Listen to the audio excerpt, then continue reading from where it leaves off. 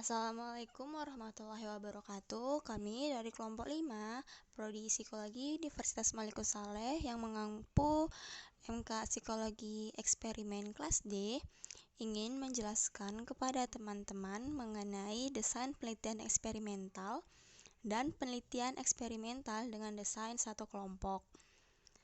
Nah, sebelumnya berikut adalah anggota kelompok kami, yaitu ada Rizka Helia Fitri, ada Muslimatul Haq, kemudian ada Weni Elwi Fadilah, dan ada Muhammad Ziza Anlif. Berikut adalah pokok pembahasan materi kami, yaitu desain penelitian eksperimen dan desain satu kelompok. Untuk desain penelitian eksperimen, yang pertama dibahas adalah definisi dan fungsi desain penelitian. Untuk definisi, menurut Christensen pada tahun 2001, desain penelitian adalah rencana yang digunakan untuk menjawab masalah penelitian. Desain atau perencanaan ini diperlukan sebelum kita melakukan sesuatu agar hasilnya sesuai dengan keinginan. Nah, desain penelitian ini adalah rencana yang digunakan untuk menjawab masalah penelitian atau menguji hipotesis penelitian. Serta desain penelitian eksperimen ini adalah rencana pada penelitian eksperimen yang menunjukkan bagaimana penelitian eksperimen dilakukan.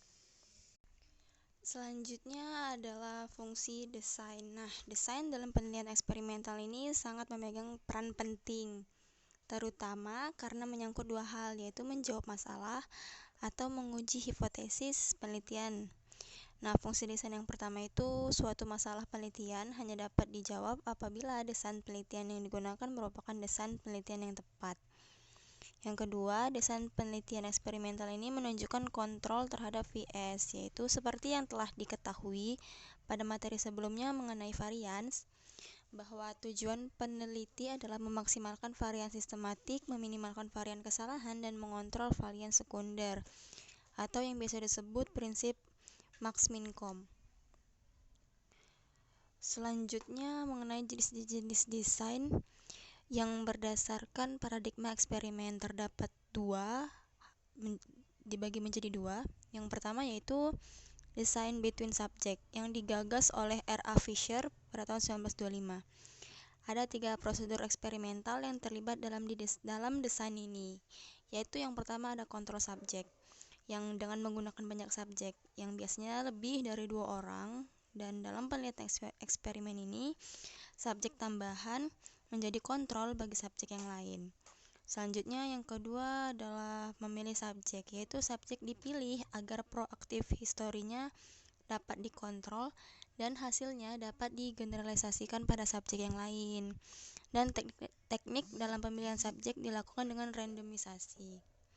Yang ketiga ada pengujian statistik, yaitu bertujuan untuk membuat perbandingan lebih objektif untuk variabel terikat yang diukur antara kelompok subjek kontrol dengan kelompok subjek yang menerima variabel bebas. Untuk materi selanjutnya akan dilanjutkan oleh teman saya. Baiklah, akan saya lanjutkan. Pada jenis-jenis desain, yang kedua itu ada design within subject. Digagas oleh B.F. Skinner 1938. Ada 3 prosedur eksperimental yang terlibat dalam desain ini, yaitu yang pertama, menciptakan garis dasar atau baseline. Hal ini dilakukan untuk mengukur perilaku dalam penyelidikan selama waktu tertentu untuk menentukan bagaimana organisme bereaksi tanpa variabel bebas dan berperan sebagai kontrol kondisi. Kemudian yang kedua, memberikan variabel bebas dan kemudian mengukur variabel terikat yang muncul serta memperhatikan adanya perubahan.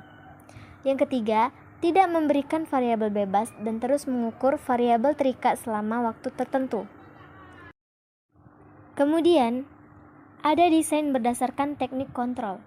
Yang pertama, itu ada desain randomize, merupakan desain penelitian eksperimen yang digunakan pada teknik kontrol randomisasi. Yang kedua itu ada desain block, merupakan desain penelitian eksperimen yang tidak membutuhkan skor atau nilai dari setiap subjek, namun membutuhkan kategorisasi. Pada penelitian ini juga dilakukan randomisasi.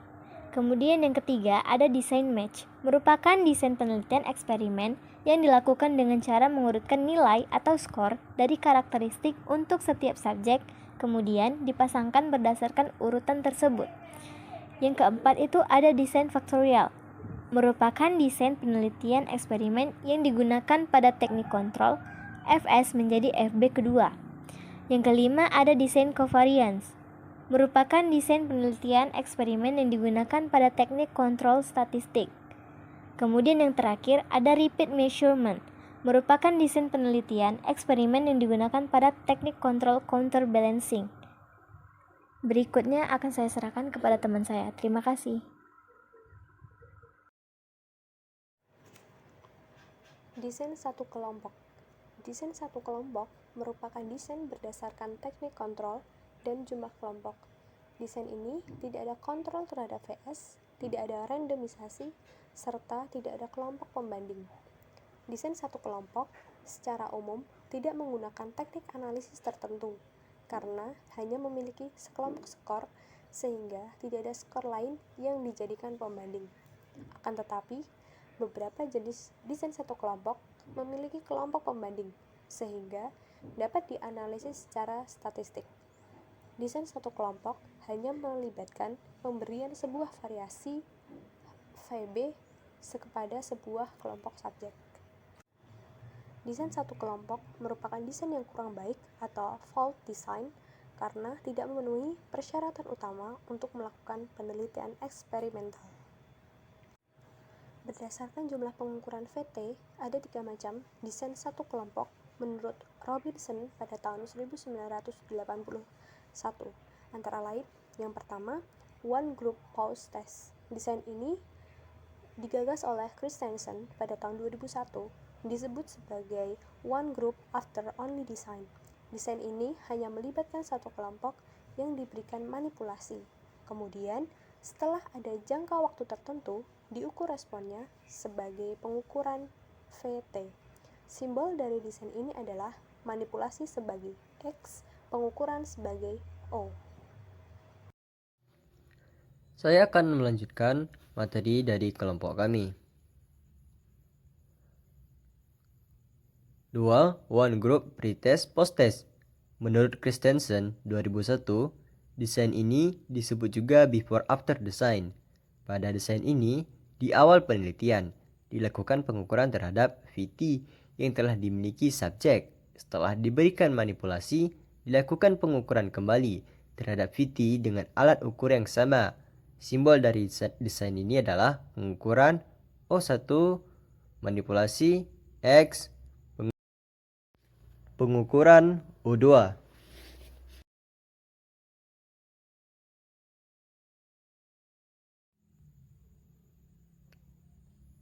Tiga, time series design. Karena melibatkan pengukuran VT yang berulang dan seringkali dalam kurun waktu yang cukup lama, maka desain ini disebut juga longitudinal design Christensen 2002. Pada desain ini, pengukuran dilakukan berulang-ulang, baik sebelum diberikan manipulasi maupun sesudah diberikan manipulasi. Simbol desain ini adalah O1, O2, manipulasi X, O3, O4.